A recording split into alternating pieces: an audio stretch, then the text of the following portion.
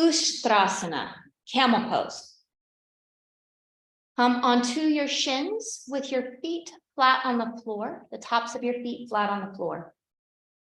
Feet can either be together and knees apart, and this is helpful. The wider your knees, the easier it is to lean back, or you can bring your knees hip width distance for a greater challenge. Ground through the tops of your shins and the tops of your feet as you bring your hands to your low back, elbows gently squeeze together. Take a deep breath in, press your hips forward, and begin to look up and back with your gaze. Keeping your hips pressing forward. If this is okay with your low back, you can reach for your right heel with your right fingertips and your left heel with your left fingertips. Pressing forward even more with the hips, lifting the heart and looking to the wall behind you. Keep your core engaged to support the low back.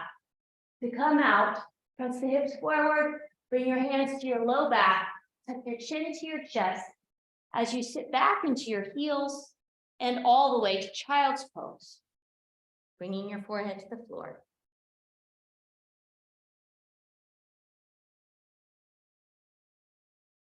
Slowly round your spine up, sitting on your heels, rotate your shoulders up, back, and down.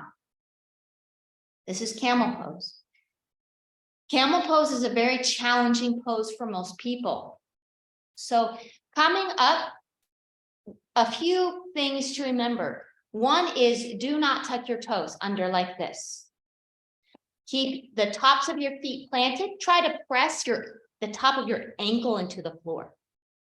Another thing is you can keep your hands on your low back to press the hips forward to prevent overarching of the spine if there's any kind of compression that is uncomfortable. Another thing is to, as you look up and back, you don't want to lose the integrity of your neck. So you don't want to just drop your head back like a bowling ball, because that can cut off the circulation to your brain. As you look back and reach back, you want to keep some of the back of your neck engaged and long to prevent any pressure on the spinal nerves in the back of your neck that can cut off the circulation to the brain. I'm speaking from experience. All right.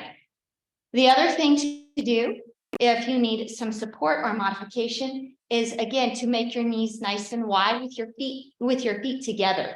So you can spread your feet nice and wide, or excuse me, your knees nice and wide with your feet together, pressing the low back with your hands, hips forward, reaching up and back with your neck, maintaining the integrity, the back of your neck as you look up and back.